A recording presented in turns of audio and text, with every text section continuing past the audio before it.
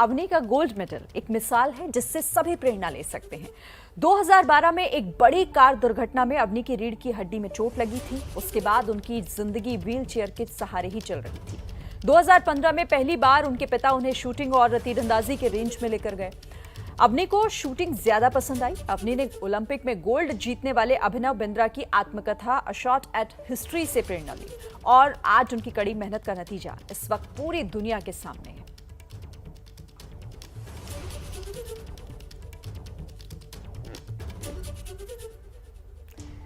तो अवनी की जीत पर पूरा देश आज खुशी मना रहा है। हमारे साथ कुछ संवाददाता भी जुड़े हुए हैं, उनका भी रुख कर लेते हैं। खेल संवाददाता कुंतल चक्रवर्ती मेरे साथ जुड़ रहे हैं।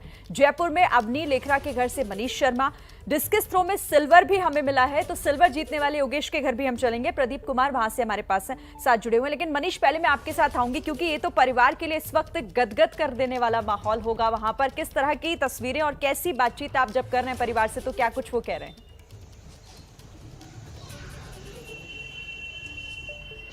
जी बिल्कुल शिरीन, जिस तरीके का माहौल परिवार में है वो निश्चित तौर पर पूरे देश को गौरवान्वित करने वाला है।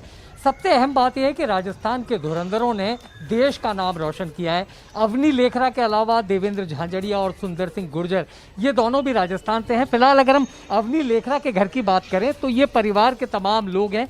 दादाजी हैं, अवनी लेखरा के दादी हैं, बुआ हैं, कजिन हैं, ब्रदर हैं, सारे लोग हैं। सबसे पहले हम दादाजी से बात करते हैं। जी लेखरा साहब, कैसा लग रहा है इस वक्त पूरे परिवार? बहुत खुशी है साहब हमारे को कि अवनी ने टोक्यो में गोल्ड मेडल जीता और भारत का नाम रोशन किया। लेकिन साहब ये बताएं, 2012 में जो हादसा हुआ उसके बाद परिवार के सामने खासतौर पर अवनी के भविष्य को लेकर आप लोग कितने चिंतित थे? हाँ, थोड़ा होपलेस हो गई थी, तो हमने फिर उसको प्रवीण ने अभिनव बिंद्रा जी की और जो भी शूटिंग कर रहे हैं अपने भारत में, उनकी जीवनी ला के दी। उससे उसने पढ़ा, फिर उससे प्रेरित होकर के उसने शूटिंग में अपना खेल शुरू किया। तो वो बराबर फिर जयपुर में और राजस्थान में और भारत में जगह जगह उसने काफ़ी gold medal, silver medal, bronze medal जीते हैं। और फिर अब ये उसकी हार्दिक इच्छा थी कि मैं ओलंपिक खेलूं और वहाँ से मेडल लेके आऊँ और भारत का नाम रोशन करूं। तो कल उससे बात हुई थी, बड़ी खुश नज़र आ रही थी। मैंने कहा तू चिंता मत कर, ज़रूर गोल्ड मेडल जीत के लाएगी। वो उसने करके दिखा दिया, भारत का नाम रोशन कर दिया। तो ये हमें बहुत ही खुशी की बात है। लेकिन साहब ये बताएं, सबसे ज़्यादा इंस्पायर अगर किसी ने किया अवनी को आगे बढ़ने के लिए तो परिवार का वो कौन सा सदस्य था? परिवार के साहब मम्मी पापा ही हैं खास, तो उन्होंने उसके लिए जितना किया वो सभी मम्मी पापा करते ही हैं, सबके लिए करते हैं, उन्होंने भी किया। दादी जी हैं, हम देख सकते हैं खुशी के आंसू हैं उनकी आंखों में इस वक्त। दादी जी बताएं, जब अवनी आ रही है तो क्या तैयारी करने जा रहे हैं? खूब धूमधाम की तैयारी करेंगे। उसकी पसंद की सभी चीज़ें लेके आएंगे और ढोल नगाड़े बजा के उसका माला से स्वागत करेंगे और मिठाइयाँ बांटेंगे। क्या खास चीज़ें पसंद है जो आप बनाने जा रहे हैं अवनी के लिए? उसको सभी चीज़ें पसंद है, सभी चीज़ें पसंद है उसको, सभी चीज़ें। फिर भी कोई खास डिश जो उसको ज़्यादा पसंद हो? ऐसी खास तो कुछ है नहीं, लेकिन वो सभी चीज़ें पसंद करती है वो। जी, अवनी की कजिन बहन भी है, आप ये बताएं क्या बातें होती रहती थी अवनी से? ऐसे नॉर्मली बातें होती रहती थी और कल शाम को भी बात हुई थी। वो अच्छे से नॉर्मल बात करती है, वो ऐसे लाइक चल रहा है ऐसे कि परिवार को उम्मीद थी कि इतना बड़ा अचीवमेंट अवनी अपने लिए? हाँ बिल्कुल उम्मीद थी ना, वो बहुत हार्ड वर्किंग है हमेशा से, बचपन से, तो बिल्कुल उम्मीद थी कि वो उसका मेडल ज़रूर आएगा।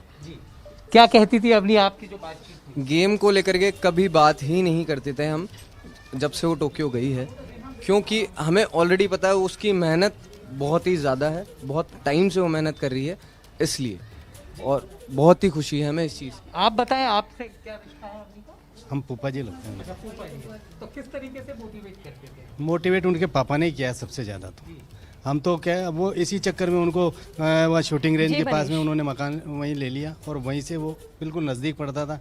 अर्नव लेके जाता था, उसकी मम्मी लेके जाती थी, ये लोग उनकी पूरी उसको मोटिवेट करते रहते। तो शिरीन, खास बात यह है कि अवनी के जो पिता हैं वो राजस्थान प्रशासनिक सेवा के अधिकारी हैं और अवनी को सबसे ज़्यादा मोटिवेट उसके माता पिता ने किया। सबसे और अहम सबसे बात कि ज्यादा शूटिंग में उसकी दिलचस्पी अगर देखकर उसके पिता ने मकान गौरव महसूस करने वाला पल अगर होगा तो माँ बाप के लिए होगा। हालांकि इस वक्त पूरा देश खुशी मना रहा है इन विजेताओं के साथ। प्रदीप, कैसा माहौल है वहां पर, किस तरह के जश्न की तैयारियां हो रही हैं? जी बिल्कुल, जिस तरीके से भारत के खिलाड़ियों ने टोक्यो के पैरा ओलंपिक खेलों में देश का नाम रोशन किया है, तो हर जगह खुशी का माहौल बना हुआ है। इस वक्त हम बहादुरगढ़ में खड़े हुए हैं। बहादुरगढ़ में योगेश के घर के सामने हैं, जहां पर परिजन मौजूद हैं, पड़ोसी मौजूद हैं। साथ ही बहादुरगढ़ के पूर्व विधायक नरेश कौशिक भी यहाँ शुभकामनाएं देने के लिए आए हुए हैं। सीधे योगेश के दादाजी से बात करने की कोशिश करेंगे कि योगेश ने क्या सपना देखा था, किस तरीके से उसको सिरे चढ़ा है, पैरालिसिस होने के बाद किस तरीके से खेलों में भाग लिया उन्होंने। उसने स्टार्टिंग में मेरे को ये बोला, दादाजी मैं तो कंडम हो गया, लेकिन मेरे को थोड़ा बहुत चाव था खेलने का। मैं बोला कोई बात नहीं बेटे, तू ठीक हो जाएगा और अपना तैयारी करो। यहाँ खेलते रहे, ये रहे, उसको थोड़ा ठीक सा होता रहा। चंडीगढ़ चले गया, बड़ा लड़का चंडीगढ़ था, वहाँ हॉस्पिटल में दवाई वगैरह दी, इंजेक्शन लिया डॉक्टर ने, बल्कि मेरे को भी डांट मारी, बिना लेट आए। माँ जी 1 आध घंटा तो लेट हो ही जाता है दूर से आने में काम का। बोला कोई बात नहीं। वहाँ दवाई बहुत अच्छी दी, उसको देने के बाद में बोले दादाजी मैं खड़ा होकर दिखाऊँ। मैं तू भाग के दिखा दे। खड़ा हो गया, यूँ करके चले ना, मगर तू ठीक है, पढ़ना जा, ठीक हो गया। सपना पूरा हो गया है क्योंकि खेलों में भाग लिया है और पदक हासिल किया।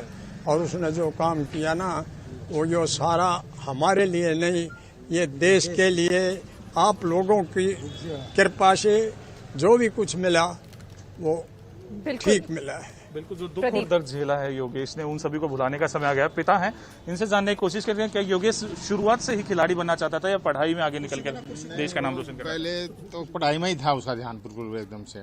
अब जब क्रोडीमल कॉलेज दिल्ली में जब वो पढ़ रहा था, तो वहाँ पर एक नीरज करके लड़का था, उसने बोला कि आप पैरा उसमें जाइए और अपना खेलिए उसमें।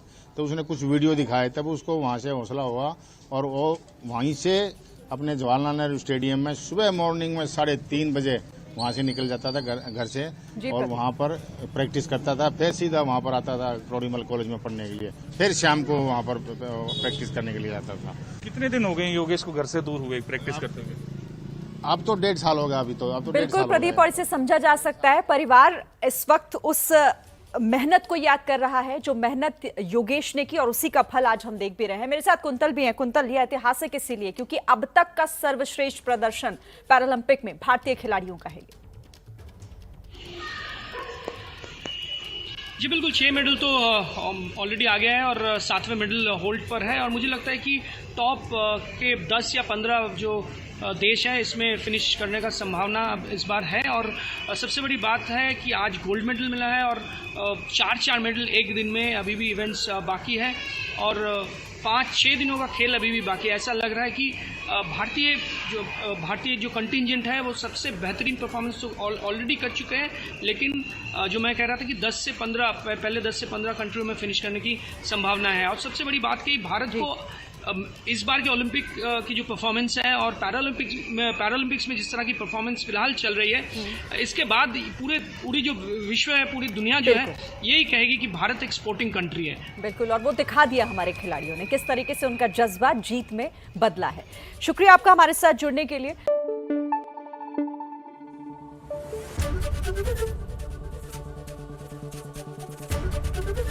एबीपी न्यूज आपको रखे आगे।